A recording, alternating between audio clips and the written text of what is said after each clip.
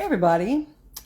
Well, it is that time again, and can you believe it's June? I know I come on here and say that every single month, but can you believe that it's already first weekend of June? Today is the 6th, I believe it is. Something like that, 6th or 7th, something like that. This is the check in with, and this is the monthly Instagram chat that both my good friend Charlie Red and I host. Today we are going to be talking about men's health and issues that are surrounded around men's health, and we do have some, or a special guest, I should say, today. And it looks like I see somebody out in our lobby already, so I'm going to invite them up. If you just give me a moment here. Let's see whom we have that I can invite in. Let's see. And this is new for me, so you'll have to forgive me for getting all of this figured out. Let's see. Um, let's see if I can. There we go. I think I can finally figure this out. Neil, I think I'm calling you, so I'm going to see if you actually answer. And if you answer, if you can join. Okay. Yep. Neil. Hey, good morning. It I worked. feel like I did that same dance the last time I saw you. It happens a What, lot. Charlie?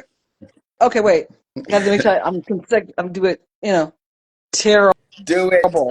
terrible, terrible. Good morning, Good morning. afternoon. Let me move my camera a tad bit here. Hopefully that makes some sense. Okay. All right. So, gentlemen, again, thank you jumping on. For those that are not aware, are not familiar, to my bottom left is our good friend, and he is a native to us here on the check-in with his second appearance, our Yes. good friend Neil. And Morning. as well in the bottom right, we've got my good friend Charlie Red, who is my co-host. Looking forward to having a very interactive conversation with both of you today. Specifically, I was talking about men's health, and specifically the month of June is Men's Health Awareness. And so really wanted to see about having some topic or some conversation about that today. Neil, I know that you had mentioned to me coming into this that this is something that is close to your heart, men's health, obviously, something that's close to your heart.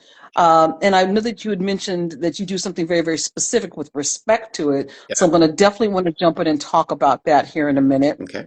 Probably, I don't know if this is anything that you wanted to kind of bring forth, or any questions that you might have had that you wanted to be able to pose. But again, we'll get there. So again, for anyone that's joining us, again, this is the check-in with the monthly podcast. I don't like to call it a podcast, but this is where we're at. That Charlie and I both host together, and looking forward to today's topic being really informative. So with that, Brother Neil. Yes. Good morning. Good Good morning. morning. Good Good morning to to see you, you, Charlie. since it's early out that way. Good afternoon to I you, know you Brother have me up Charlie. showered and shaved on a Saturday morning. That's saying something. We must be You must special. I love it, be. love it, love You it. must Yeah, be. absolutely. Just to give some background very quickly as to the three of us, we all went to high school together. We It was a did. long time A ago, very long long before time all these ago. gray hairs and such. And so, but it's wonderful to know that this friendship has lasted this long, and that we are all here. And again, Neil, we just want to thank you again for Of jumping course. on and being Thanks for inviting me. forthcoming with this topic. Absolutely, absolutely. So, men's health. Um, Neil, why don't you tell us specifically what you wanted to bring forth today, and make it a part of the awareness, and what you're kind of championing in the cause for men's health. Why Yeah. don't we start with you? So several years ago, one of my business partners, his dad was diagnosed with prostate cancer. And so he sent out an invite to essentially all of the men in our firm, asking to join a fundraiser for the Movember movement, which is essentially started off, it's a men's health fundraiser. They initially focused on prostate cancer, but then they've moved into much more into mental health for men. So it's every November, and that's the time when everybody grows those beards, and they look terrible for an entire month. Yeah, so that's what we do. So every year we raise funds and donate that to the Movember movement. We all grow scraggly gray beards. So yeah, so it's and I have had a number of relatives that have. My mom died of cancer. My dad ended up dying many years later, but he had cancer when he passed away as well. So, it's a topic that's sort of near and dear to my heart. And, now that I'm 55, it's something that we worry about. And, you know, so it's always there. So Absolutely, absolutely. Tell me a little bit more about what exactly happens. I mean, I've heard of No Shave November. Obviously, that's been a kind of that wording, that catchphrase. What exactly happens once do you donate the hair, or is it just kind of? I didn't know, so I thought I would no, ask. it's just that I think it's just sort of a sign of men's solidarity that we're sort of going through that. And it's sort of a signal that this is important. And, and it goes along with a big worldwide fundraiser, actually. So Okay, it's been getting more and more popular, and they donate a lot of money to research for men's health issues, various kinds. okay, okay.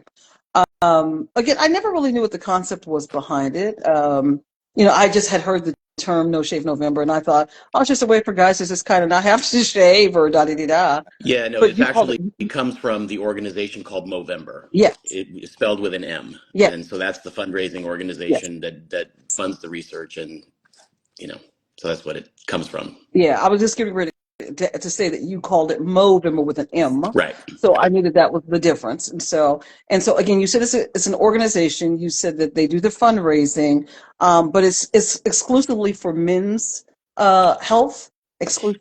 It, it is focused on men's health, yeah. Just, Okay, sort of okay. like Susan G. Komen focuses on women's Yep, health and breast cancer. yep. Movember was sort of, I think, kind of not a response to that. There's nothing to respond to, but they sort of saw a need with men's health that wasn't necessarily being specifically addressed publicly and on a sort of very public platform like Okay, Susan G. Komen and things. And okay, I know there's some sort of criticism and of that because so, a lot of people believe that most of research dollars are focused on men's health, right? So when Movember came, I think there was some controversy over whether it was really needed. But look, as far as I'm concerned, any organization that will focus on health, fundraise for that, and bring attention to it and awareness has to be good. absolutely, absolutely. Chuck, you have any thoughts? Anything you want to bring forth? Well, first of all, it's definitely a pleasure to have Neil on speaking about such a wonderful event. I think he articulated it very, very well with respect to, again, just men's solidarity. But it's not just men's solidarity, but in this particular case, it is. But it does spill over into other things. So it's not a competition with Susan G. Right. Comer. It's um, kind of a brother sister adjacent to. So again, with the goals being the same, is again just to raise awareness. And on this show, Tanya, we've talked about prostate cancer.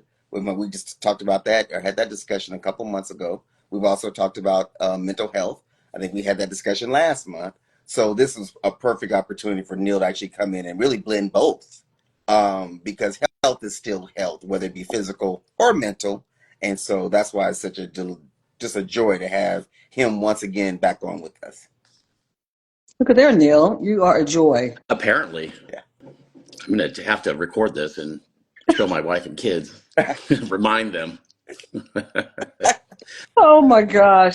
Again, it's probably not the great thing that we have each other's cell phone number because now, this I conversation know, will continue on. Yeah. I know. That's Uh, all right though. absolutely. Absolutely. Oh, it's you that has to have the fear. Right. Well, I'm Uh, not scared. that being said, right. That being said, I didn't come into this chat today with a whole bunch of questions, da da da da. I really wanted to kind of dive into, you mentioned you're 55 as well as Charlie. And matter of fact, what month is your birthday, Neil? November. Oh, okay, so you're after us. Okay, so we're September kids.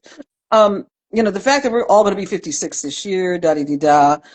Can either of you, if I were to ask the question just from a personal note, we've all noticed changes about ourselves over the course of all of these years. Obviously, who we were back in our late teens when we all were really running around and felt like we were thriving versus who we are today is completely different. But from a health perspective, is there anything in particular that stands out to the two of you? There's things that are very visible for me with you two that are different. So if I were to throw it out there and say, Neil, you've lost a ton of weight. Chuck, you've lost I'm a weight. Are there hair. things that you? Okay. Sure. Sure. Okay.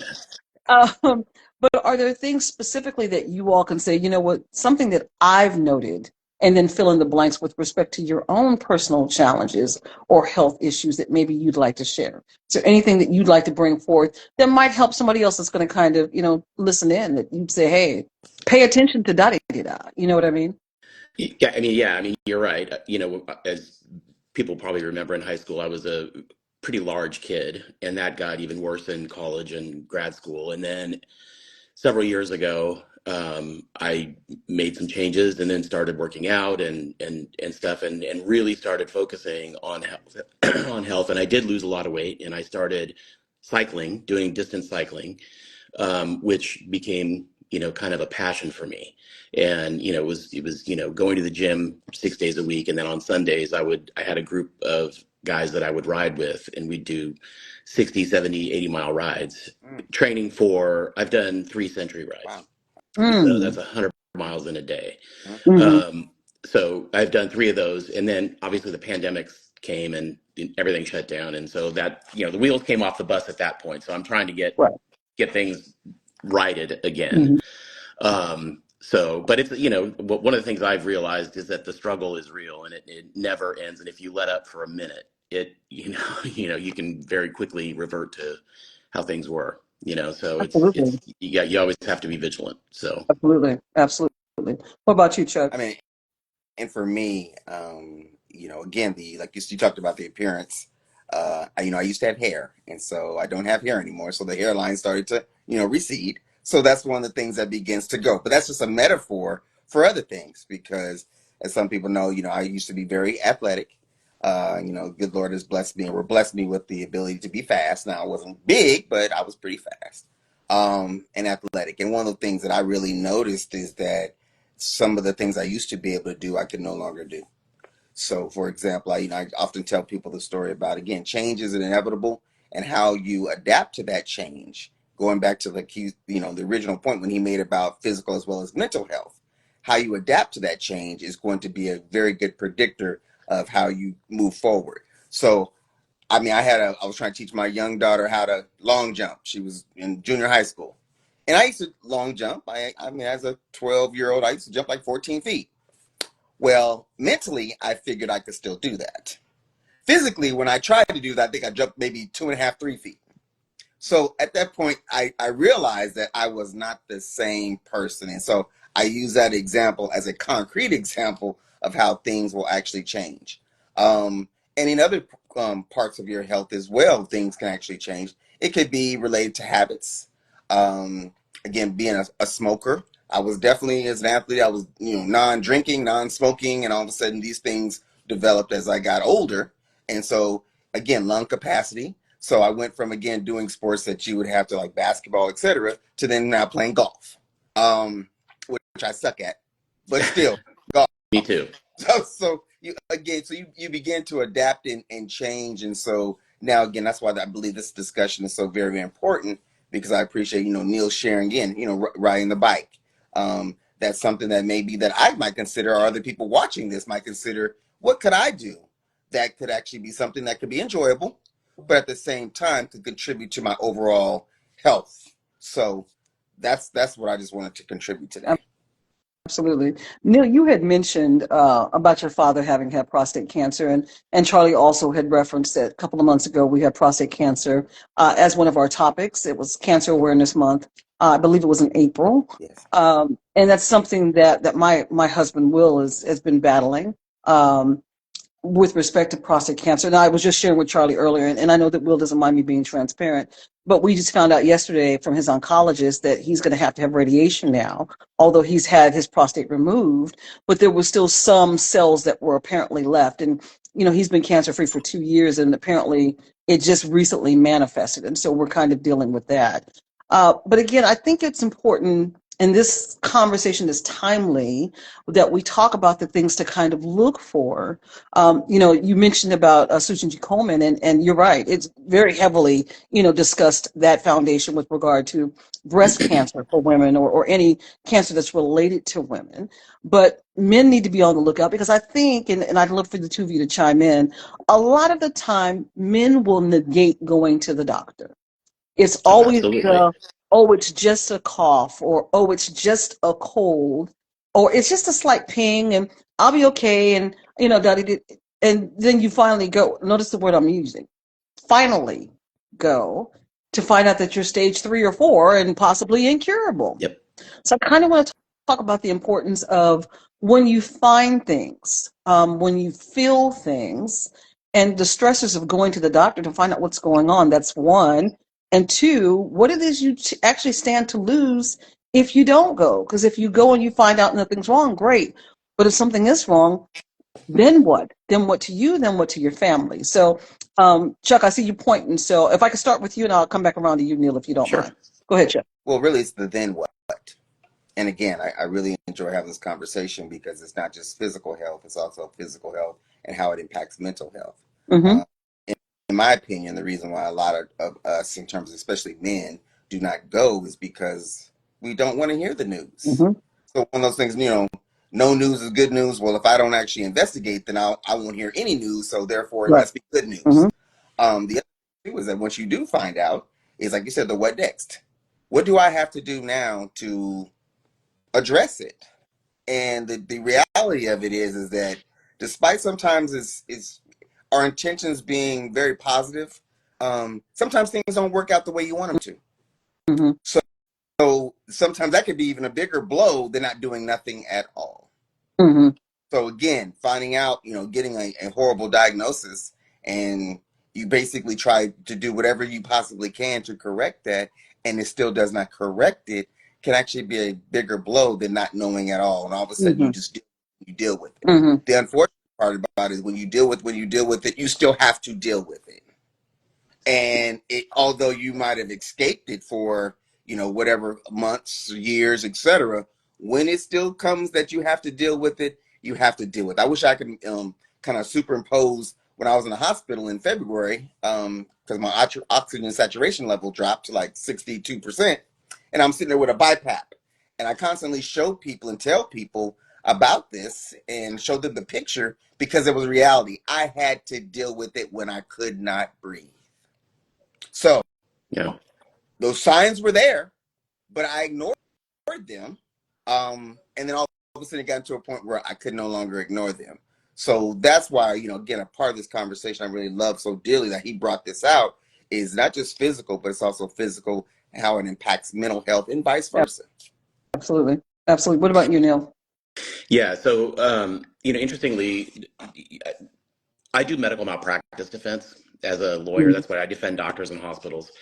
And so I see case after case after case of men who don't regularly have PSA testing, which is a blood test to check for prostate cancer, and they don't have a digital rectal exam because there's a stigma. Like nobody wants that. It's unpleasant, and so I think men tend to build up in their minds that it's if they have that test, it's that they're being violated and all these other things, and so they don't want to do it. And I just see through the work that I do so many times that there were signs, and it happens a lot with colon cancer too. That there will be signs where their bowel habits are changing, or the shape of their stools is changing, and they're not paying attention to it, and then suddenly they go in and they've got advanced stage colon cancer. And so it's really important that when you do see something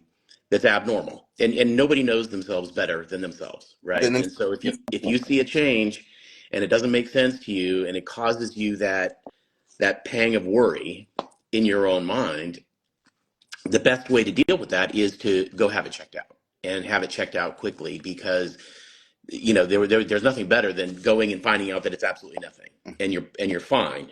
But if you don't find that out, you may well not be, and the consequences could be devastating, Absolutely. and not just to you, but to your families. Everybody. And that's really Yeah. what I wanted to come back around to too, is it, with the understanding, again, it's men that we're talking about. And since I'm not a man, I'm not going to speak as though I'm some kind of an authority. I am not. So I'm going to stay in my lane. But knowing that it's men that we're talking about, and specifically men's health that we're talking about, and that whole gamut of what men's health includes, at the core of it is we are, as your family, as your friends, as your support, are concerned about you all and how it's going to affect not just you, but the people that are in your lives, specifically your wives, your kids. So it's very, very important knowing that most men feel like, you know what, like you said, I'm okay. I'm okay, and you just kind of write it off. Oh, it's just a little pain. Listen, go get checked because it's going to affect your families. I think the Yep. last thing in the world that any husband and or father would ever want for their families is to die and not having set up their families the way they would like to see them set up for success once they're gone. Right. So again, get your health together. Always go and get yourself checked. I tell Will, and I told Will this before we got married, we both need to go down and have physicals, and we need to make sure we have one every year. I have predisposer to cancer in my family, as well as I had my own slight battle with it probably 15, 20 years ago. It was a scare, but it was still there. And again, same thing with him. I mean, we're dealing with it now, but had we not had that conversation, imagine if I wouldn't have told him to go to the doctor. This has been 14, 15 years ago. Imagine if I wouldn't have told him then and he hadn't started going regularly. I probably wouldn't have my husband sitting here today. Yep. So important. It's vitally important. If we don't say anything, get yourself checked as well. Talk to your families. Let them know what's going on with you because they absolutely care and they want you here. We want you to be here. So I'm sorry. Were you going to say something? No, I'm sorry. no, Oh, I was just okay. listening. Okay. Okay. Yeah. Yeah. So again, that's my 2 cents since I'm not a man, but as the supporter of a man, get checked often. At the slightest thing, just get checked. Acheli, I don't know if you can see the comments. I just saw Shanta's comment come up, Sister Shanta. She's saying it. I could hardly read it. It's like me back in January when I had to go through blood transfusion. I've had one of those too. They had to do 2 lab tests and it was low, and I had no choice but to go out. It's like life or death. Absolutely. Sister Shanta, I'm with you. And again, it's not about us this month, but just from a health perspective, I had a blood transfusion that led to me having a hysterectomy. I hear exactly what you're saying because, again, I was, as I like to say, about 2 pints short of death. Let's put it that way. My levels were really, I mean, they're supposed to be double digits for women. I was in single digits and I was on my way out. So again, thank goodness for that. So thank you for sharing that, sis. Okay, so with that, so we've talked about some things, particularly Neil, you talked about Movember, so I appreciate you talking about Sure. that. Chuck, you brought up mental health as well for men. And let me, again, Neil, you touched upon the stigma too. Can we talk a little bit more about that? What do you think that the stigma really is with regard to men really rooted in? Is it just fear? Is it just fear? Is it fear of death? Is it fear of, I mean, what do you think I, I it think might be? Go I ahead, think Neil. all of that is part of it, but I think if fundamentally, it's probably not going to come as a surprise to you, Tonya, but guys don't like to ask for help. They don't like to need other people. We're supposed to be the hunters, the gatherers, the providers, right? And so for us to, ask for help or to be concerned about ourselves is it's sort of not what the stereotype of men are supposed to be, right? We're not Mm-hmm. supposed to need anybody. We're supposed to be helping everybody else. So Mm-hmm. we don't need help. We don't, Mm-hmm. we don't ask for directions. We don't read the instructions when we're, putting together a piece of IKEA Uh-huh. furniture.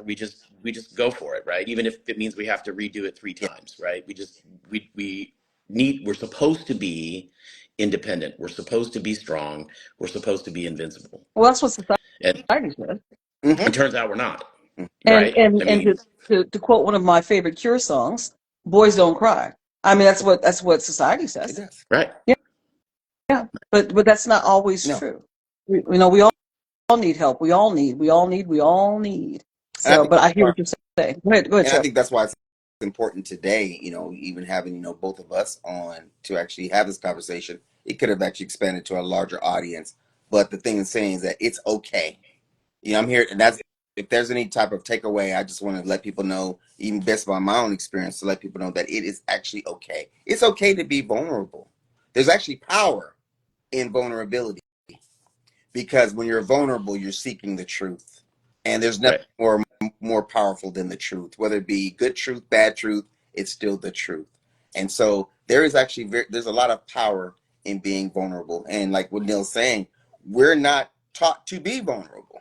We're not taught to have problems. We're taught to be the problem solvers. Right. So that's, again, trying to kind of dispel this myth is one of the reasons why I've been, working on this book now for 15 years. But, when the cheering stops, and then talking about, again, using the baseball metaphor about being the outfield. Men are the outfielders. There's nothing behind us but the fence.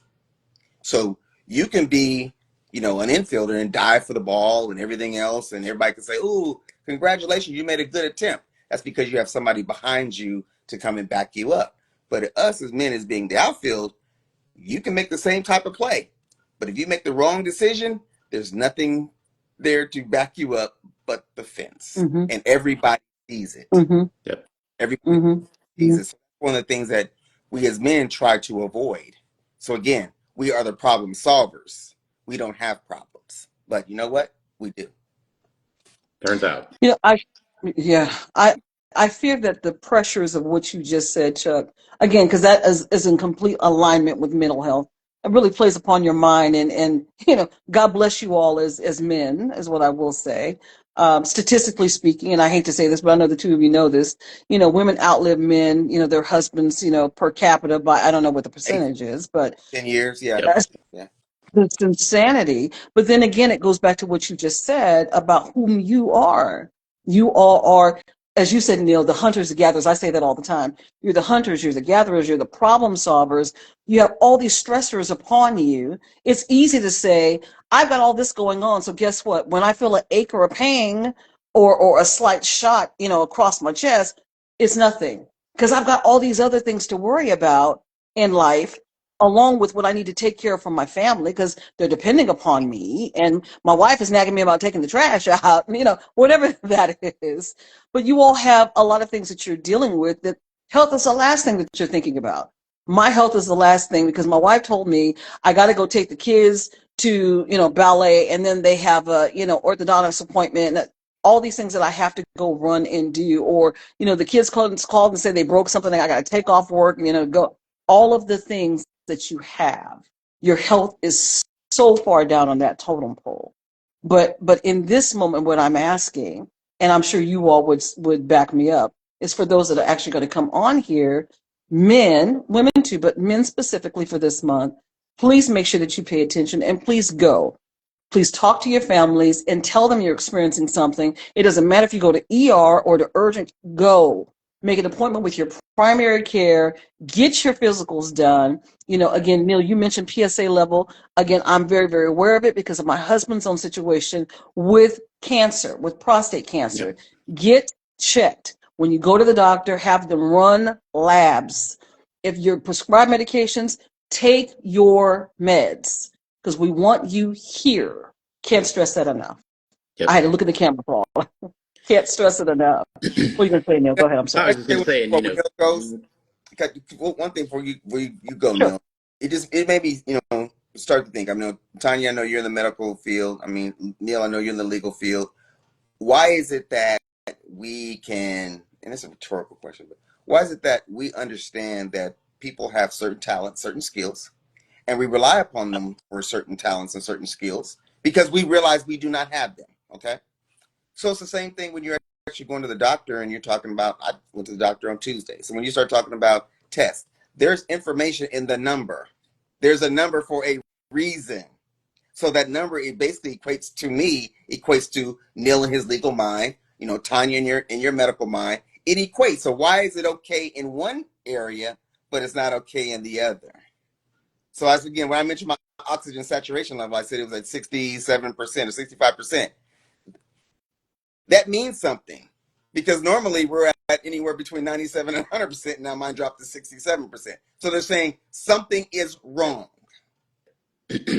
Right. And you're going to, I mean, when your O2 stats drop that low, you're going to feel different. Yes. So, Now, you know, I'm a respiratory therapist by first degree, Uh-huh. right? So he's talking to me, and I'm thinking, Yep. right. when he told me that, I was like, he, Chuck, he lung was feeling capacity, really brother. bad before What he are we got to doing 67%. here? You know? Yeah. But I'm not going to comment on that. That's for a different topic for a different day, I guess, I already apparently. heard But it. Trust me. You already gave it to me. Yes. Yeah. But I'm just saying, why is it that it's okay for us to be able to rely upon somebody who has a skill or expertise that we do not have? Electrician, plumber. If my air conditioner goes out, I'm calling an HVAC guy. I'm not calling a veterinarian for my HVAC. I'm not calling the HVAC guy for my pet. So why is it that it's okay that we can, I guess, stand and stand firmly on certain things that we do not know and require experts to give us the information that we need, but yet in this particular regard, we don't. I think it goes back a little bit to the underlying fear, right? We don't want to know. I mean, if you're feeling poorly, you know you should go to the doctor, but what if they tell me it is something serious, right? So I think it goes back to that. I think just the way the male mind works in some ways is we got to keep going. We got to keep pushing. If I just ignore it, I'll be fine. I'll continue taking care of other people, and that's what I'm here to do, right? So I think that's kind of what it is. And I've been there before where, I was not feeling well and, just kept saying, nah, I'm sure it's nothing. I'm sure it's nothing. I'm sure it's nothing. And then, you ultimately go and, thank goodness I did. And yeah, so, I mean, I was diagnosed back in 2009 with a very large pituitary tumor. And I was feeling really kind of terrible and didn't understand why certain things were the way they were, and I started having dizzy spells. And so I went to the doctor, and they did an MRI and found this tumor, which was it was not cancerous, and it was easily corrected with medications, but I had obviously had it for years and years. And but it was one of those things where I just kept putting it off and putting it off and putting it off. And it goes back to, in my freshman year of high school, my mom had an aneurysm in her brain that burst. And she had a very strong family history of that. Her mom died of it, all of her uncles died of it, and her grandfather died of it. And so, genetically speaking, my siblings and I had a 50-50 chance of having one as well. My sister got evaluated very early.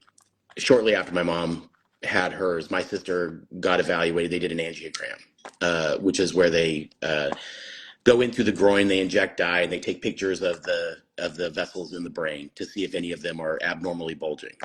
She ended up being fine, but but I didn't want to know, because there are certain ones that even if they find them, they're inoperable. They can't reach them. So I did not want to know personally if I had a time bomb in my head. I was like, I'll just go about life, and if I keel over someday, that was sort of the hand that God dealt me, right? Fast forward, technology gets much better years later. And so when I started having those dizzy spells, that's actually what caused me to go to the doctor. Was I was afraid that was happening. My mom had hers at 42 years of age. Her mom had hers and died at age 40, but that was in the 60s. So there was really nothing they could do. So in 2009, when I had my MRI, they did what's called MR angiography. So they don't have to do the actual angiogram anymore. They just do an MRI where they inject dye, and it gives them the exact same information. And I was 100% perfectly fine. But by happenstance, you don't have an aneurysm, but you do have this massive tumor on your pituitary. So they found it by accident, and I started taking meds, and I'm completely fine, and it's gone now. So it's important to Wow. it's important to find out. Absolutely. Find out. Absolutely. And and with that, let's talk a little bit. Again, this is just information just for not just the two of you, obviously, but for the men that are going to be watching this. Let me take a pause for a moment and just remind everyone that this is the check-in with. This is the monthly, in this case, Instagram chat that Charlie Red and I do host. And this month in particular, we are talking about, since it is the month of I'm sorry, I almost said January, June. I can't go backwards. This is Men's Health Month, and we're talking specifically about men's health as a whole, so just again, an awareness conversation. And the takeaway from everything that we're talking about today is please get checked. If we don't say anything else to you, please get checked, whether you feel good or you don't. Get your monthly, or I'm sorry, your yearly physicals, anything that comes along with it. And here in a minute, we'll talk a little bit about age, because there's certain tests you have to get the older you get. But again, as a part of our conversation today for men's health, please get checked. So with that, let's talk a little bit about family history, and something that I think is interesting. Neil, you talked about your both of your parents and how they what they had and how they had passed. Probably, I know that you probably have some family history that specifically with either of your parents. For me, I know that my dad had cancer, but he also further along the road before he died became type 2 diabetic, and there was just some other things that had gone on that I was not aware of in the moment. The diabetes, I think I found out about probably within about 4 years of him passing. But again, there were just some things that happened along the road that I wasn't aware of. I think that all of our parents, since we're basically the same age, are somewhat close in age. I'm sure they would have been somewhat close in age. My mother's still with me out of all of us. She's 82. So if that's any indication, Neil, for you. Yeah. But one thing that I had asked her was to tell me more about our family history, so that way I know what's going on with me when things do manifest. From a male perspective, how important is it, do you all feel, to make sure that you know about your parents' history, your grandparents' history, if anything's kind of happened along the road, and have you found there have been any roadblocks to you being able to find out about that kind of thing? And Neil, I'll start with you. Well, my mom had a pretty strong family history of the aneurysm, so I knew about that. My dad, his parents divorced when he was relatively young, and so he didn't grow up with his real dad. So we didn't, whatever was going on with him, other than being an alcoholic, um, we didn't really know about his history. My grandmother had she was blind. She had a disease called retinitis pigmentosa. So Mm-hmm, that was mm-hmm, family, that runs in the family as well. And so I mm-hmm, have two or three of my dad's siblings have it, and so they have limited vision now. My dad doesn't have it. No, none of my siblings have it. So we were lucky in that regard. So, you know, I guess I just kind of grew up knowing that we had a whole heap of crap to deal with by way of health history, family wise. So, filling out the forms when you go to the doctor and they ask you about the family history, it's like, okay, here we go. You just put it all down. And then, Hmm? the doctor looks at it and says, good Lord, but, yeah, so no roadblocks because we sort of talked about it because there were things that we had to be concerned about, mm-hmm, be on the lookout mm-hmm. for. Yeah, yeah. What about for you, Chuck? I mean, for me, it's again being, transparent and facing the truth.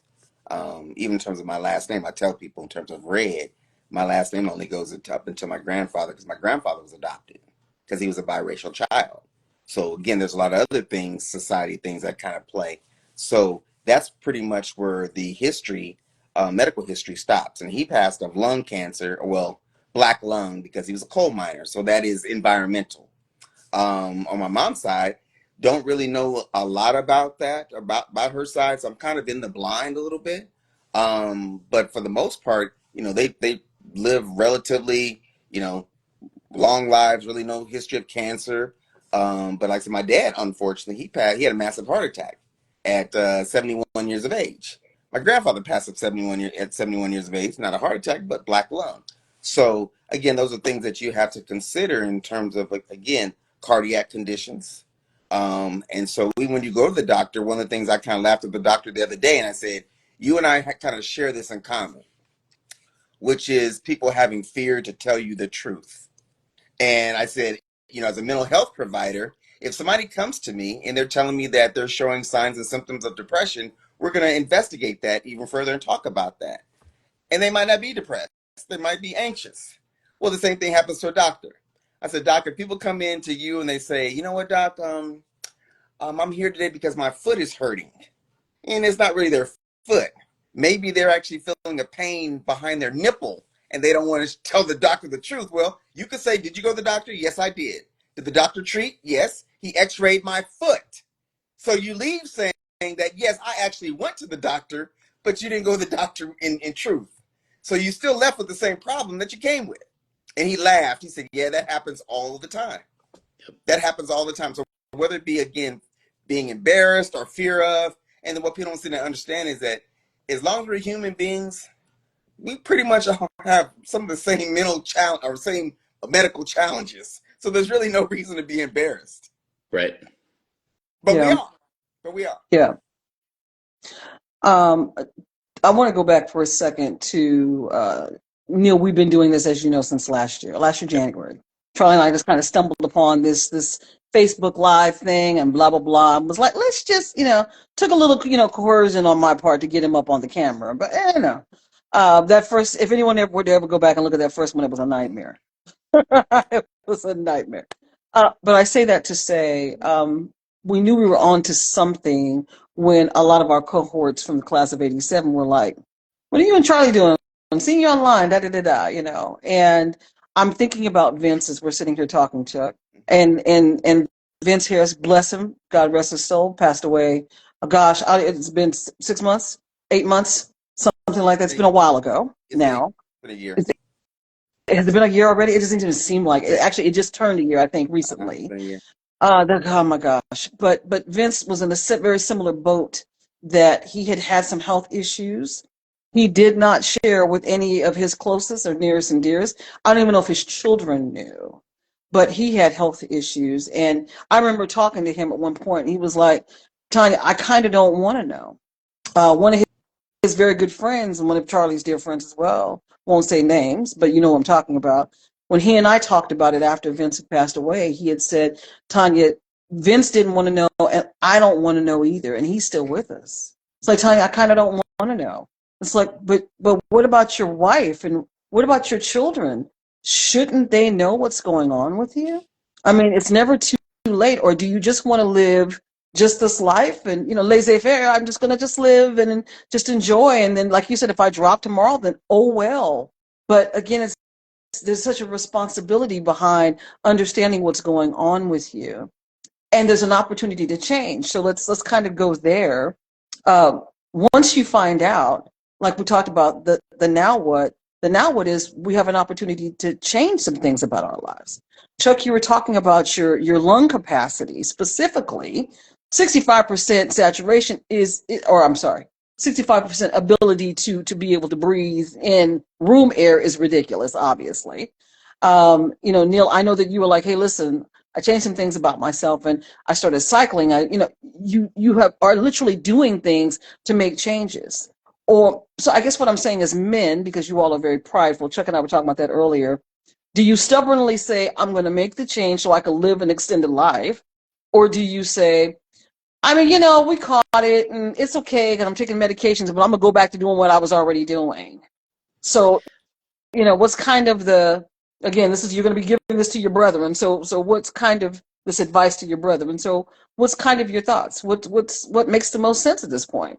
You've caught it. It's sort of ironic being on this show, sort of talking about the importance of doing all these things, but there are lots of things that I still ignore. There's lots of things that I should be doing differently that I'm not doing differently, because I mean, fundamentally, I'm human, and and I'm gonna screw things up, and I will be very clear, talking to my wife and say, you really need to go have your pap smear done. You need to go do this. You need to go do that. And I'm very clear, about all the things that she should be doing. And I'm very clear about all the things my kids should be doing for their health, and things like that. Meanwhile, I put my doctor's appointments off too long, and I do all the things that, it's do as I say, not as I do situation. And I think that's part of human nature. But I mean, you're okay. I'm okay. I just have this massive pain going across my body right now. But yeah, It's because I stubbed my toe. But I appreciate Yeah. him sharing because he's having a real life conversation, and this Yeah. is what people can identify with.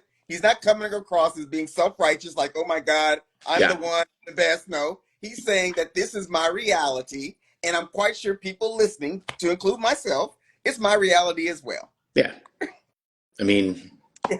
there's all kinds of things, health wise that I are not good for me, right?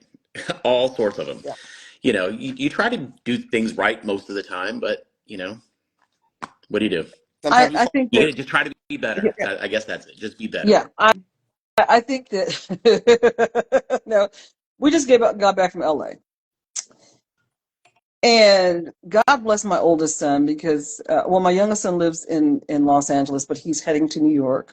The one that the poli sci degree, the one that I Hmm. sent you the CV, Will. Yep. Or I'm sorry, you know. Yep. And long story. But my oldest son is moving back, and he is the big Baker's fan of our family. So anytime we're in California, he's like, "Mom, I'm going to Baker's." It's like I'm not driving all the way to the E for Baker's. It is not that, but for him, it's that serious. Okay.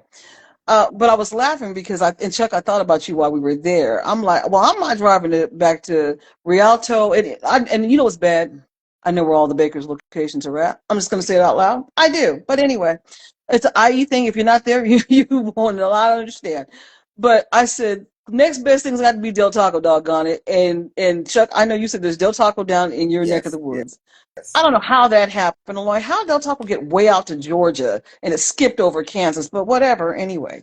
But I went to Del Taco and I'm thinking, okay, this is not good for me, but it's nostalgic and I'm going to eat it anyway. But it's not good for me. And I had it, I think, on a Friday and a Saturday night, if that's any indication, and had Wiener Schnitzel at 11 o'clock at night. The first night we were there. Again, it was all nostalgic for me. Was it good for me? No. Did I eat it anyway? Yes. Did I enjoy it? Absolutely. So, with Right. that, Neil, I'm with you. I think that everything within some kind of reason is okay. Now, I'm not suggesting that taking heroin within reason is okay. That's not what I'm saying. I don't want to give that off to It's just a little anybody bit if of anybody hears smack. It's that. fine. Right. Just a little, a little arm A little popping bump. is okay. A little skin pop is all right. Here or there. It's not what I'm saying. But things within reason, logically within reason, I think are okay as long as you don't overdo. But you still have to pay attention and be in tune to your body because your body truly is telling you when things are happening. You just have to be in tune to it. Can't look past things. So I think that was what I was kind of going for when I was asking the question.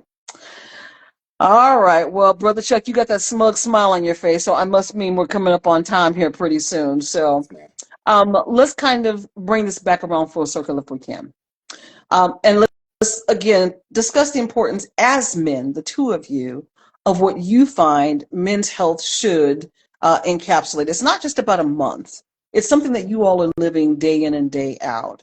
So can you just kind of give some really quick pearls of, hey, listen to the men that are paying attention here on the check-in. And again, thank you for jumping on. What are some things you'd like to make sure that men take away? Chuck, I know you'd mentioned mental health, but again, and I don't want to give you all things to talk about, but if I started with you, Neil, what are a couple of things you'd like to make sure that people take away as we close the call today? Well, I think it's important as we get older to just be cognizant of the things that are going to start to go wrong with our bodies, just as the natural aging process, and to pay attention to it. And in particular with men and prostate health, I mean, it's a really easy test, and statistically, they say most men who live to be elderly will have prostate cancer, Yeah, just yeah. I heard statistically. that like 95% or something if you live beyond 85 years old. Yeah. Yeah, so it's a real situation, and it's a really easy thing to have monitored and tested, and so I think we got to do it, and especially when you're reach 50, you know, so very important just to see your doctor, get the testing done, and take care of yourself to the extent you can. Absolutely, absolutely. How about you, I mean, Chuck? from a mental health standpoint, that's why I commented on what Neil said again, not coming across self righteous.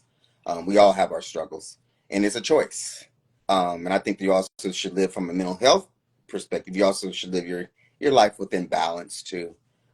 Just thinking about even watching YouTube in terms of Prince. You know, we last time we were on here, we were talking about music, and I'm a huge Prince fan. And they say he was a vegan. He took care of his body. He worked out. He didn't abuse alcohol. Saying didn't use drugs, but yet he died of a fentanyl overdose. So again, it could have been accidental fentanyl. We understand how, especially the drugs nowadays, they're putting fentanyl in everything. So that's a real issue too. But what I'm saying is that again, you have to, unless it's going to be something so detrimental, you have to be realistic about where you are, what you like, what you don't like, and then begin the process of changing it in a direction that you wish to go in. So that's all I want to just basically just kind of point out. That's the takeaway for me is that no, we're not on this call being self-righteous saying we got it all together, you men don't. No, it's a work in progress. Absolutely, absolutely. Neil, you brought back to my remembrance that I did say I wanted to mention about health and aging and the things to kind of look for. Again, I promise you this will be the last thing, folks. I promise. But again, this topic is really too good to look beyond this. The one thing that none of us thought about when we were younger were, again, going to the doctor, blah, blah, blah. You know, if anything, Chuck, I'm sure you only went because you maybe had a sports injury, you know, or something like that. Neil, I don't know. I don't know. Maybe carrying the tuba. I don't, help Never me. I went. don't, Never went to the never doctor as a went. kid. No, I Never mean, went. literally, we would have to be bleeding from the ears for my mom to make a doctor's appointment. I mean, we never missed school. I mean, there were certain things that you just didn't do unless you were really, really sick, like throwing up. Then you could miss school, but otherwise, you were gone, and you didn't Wow. go to the doctor. So, you know, Wow. when I was raised that way, you Okay. know, it's just, you know, so I think it is also cultural. My wife has this very low threshold for taking my kids to the doctor. I'm like, Mm. why are you taking them to the doctor? Because they, you know, they've got a sniffle or they've got this or they've got that. And every single time she does it, I'm wrong. You know, the kids will like, you know, bump their foot on the chair or whatever, and she goes and gets some x-rays, and every single time I'm telling her this is ridiculous, they're fine, and they've got a broken toe. Yeah. Every time I say you don't need to go to the doctor, there's something going on. Yeah. Every time. Yeah. So But yet you're reminding her to get her pap smears.